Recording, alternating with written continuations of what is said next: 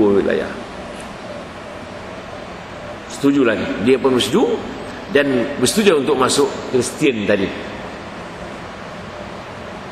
Kata penasihat raja ni, tuanku, dia kata eloklah sebelum sign kontrak ni kita test dia dulu, betul-betul ke dia ni orang kita. Kata raja, nak test macam mana ni? Suruh dia pancung kawan dia. Kalau dia pancung kawan dia tu, memang dia orang kita lah. Dia pun dengan tak buang masa, dia pancung je kawan dia. Member lama dah pancung je. Berkatalah penasihat raja, dah putus kepala kawan dia tu.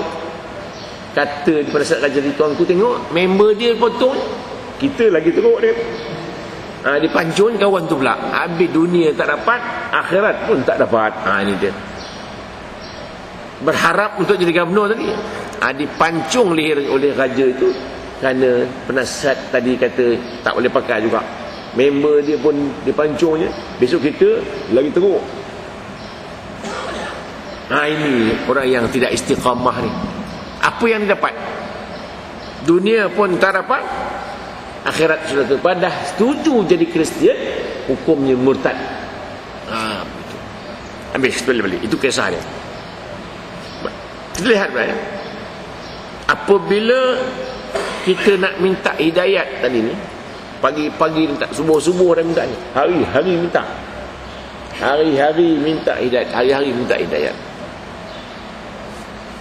Kita hendaklah pelihara hidayat itu, jangan sampai kecundang.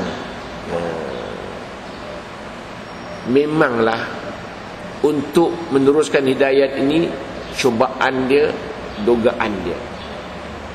Kita minta hidayat ini supaya kepimpinan kita Allah lah. Allahu waliyul ladzina amanu yukhrijuhum minaz zulumati ilan nur. Allah lah yang menjadi pemimpin kepada orang-orang yang beriman. Maknanya apabila disebut Allah lah pimpinan kita, yang memimpin kita, mesti menyeluruh. Inna salati wa nusuki wa mahyaya wa mamati lillah. Semayangku, ibadatku, hidup matiku hanya Allah saja. Kita bagaimana agak-agak? Kita cuba kita menungkan seorang-seorang. Kita semayang ikut Al-Quran, puasa ikut, haji ikut, zakat fitrah ikut, umrah ikut, baca Quran baca, ikut Islam. Okey. Adat kita ikut siapa lah? Adat kita Hindu. Separuh dah lari dah. Ya ayyuhallazina amanu khulu fis silmi kafah. Wahai orang beriman, masuk Islam semuanya. Tak boleh separuh-separuh. Orang Yahudi jumpa Nabi, ya Rasulullah, orang Yahudi dah masuk Islam dah. Orang Yahudi sudah masuk Islam. Jumpa Nabi, ya Rasulullah, nak minta sikit kelonggaran sikit. Hari Sabtu saya nak puasa, ikut Yahudi. Pagi-pagi baca kitab Taurat, sehari je, seminggu sekali je, ikut Yahudi. Boleh tidak? Itu turun firman Ta'ala tadi, wahai yang beriman, ikut Islam semua. Nabi tolak. Allah Ta'ala tolak permohonan Yahudi. Baca Quran, baca, ikut Islam. Okey. Adat kita ikut siapa lah? Adat kita Hindu. Separuh dah lari dah. Ya ayyuhallazina amanu khulu fis silmi kafah. Wahai orang beriman, masuk Islam semuanya. Tak boleh separuh-separuh. Orang Yahudi jumpa Nabi, ya Rasulullah, orang Yahudi dah masuk Islam dah. Orang Yahudi sudah masuk Islam. Jumpa Nabi, ya Rasulullah, nak minta sikit kelonggaran sikit. Hari Sabtu saya nak puasa, ikut Yahudi. Pagi-pagi baca kitab Taurat, sehari je, seminggu sekali je ikut Yahudi. Boleh tidak? Itu turun firman Ta'ala tadi, wahai yang beriman ikut Islam semua. Nabi tolak.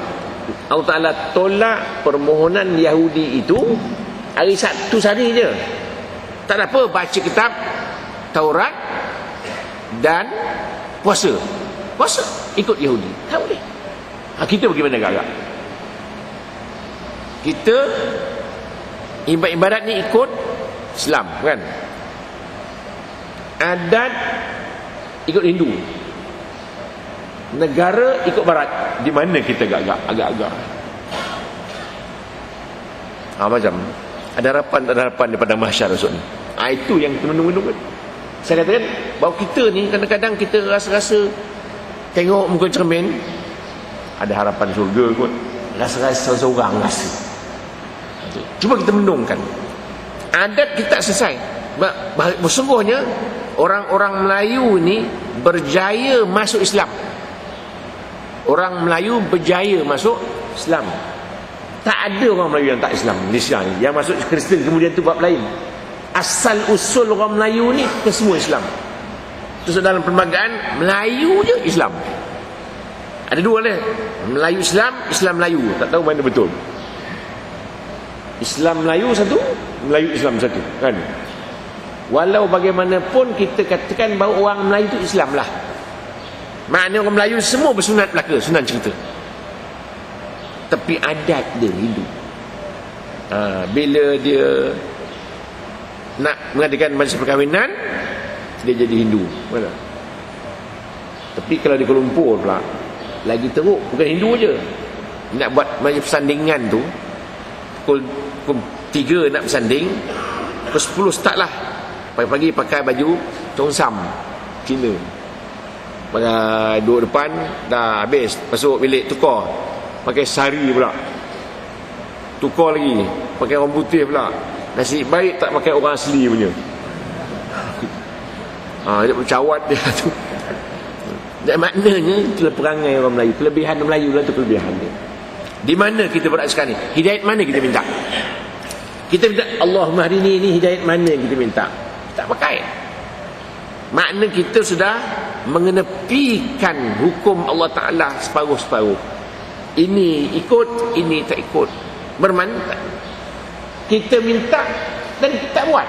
Itu. Kita minta dan kita tak buat. Itu masalah. Ini yang saya katakan tadi bahawa saya sebut banyak kali di mana-mana pun, kita minta Allah Ta'ala supaya kita ini termasuk golongan ahli syurga, dan minta kepada Allah Ta'ala supaya amalan-amalan kita boleh mendekatkan kita ke syurga, baik amalan maupun perkataan maupun niat maupun i'tiqad. 4 perkara ni ya, kita minta syurga satu. Yang kedua juga minta supaya kita dapat amalan-amalan yang mendekatkan diri kita ke syurga, iaitu sama ada perkataan kita, amalan kita, niat kita, akidah kita. Ini yang penting. Kadang-kadang perkataan itu betul, akidahnya salah. Akidahnya betul, amalannya salah. Niatnya betul, akidah salah. Niat betul, amalan betul baik, akidah salah. Soalan habis. Kata dia baik, dia baik kata. Sembahyang kuat, akidahnya salah. Macam gini senang untuk senang faham ya. 1 campur 2, kita kata 4. Kemudian campuri 4 campur 6, 10. Ada. Betul tak 10 tu? Betul. Tapi kalau dia pangkal salah tadi, salah habis. Jadi 1 campur 2, 4 dah salah dah. 4 campur 6, 10, 4 campur 6, 10 ni betul. Tapi pangkal salah, salah habis hujungnya. Maka akidah tadi sudah salah, amalannya betul. Baik dia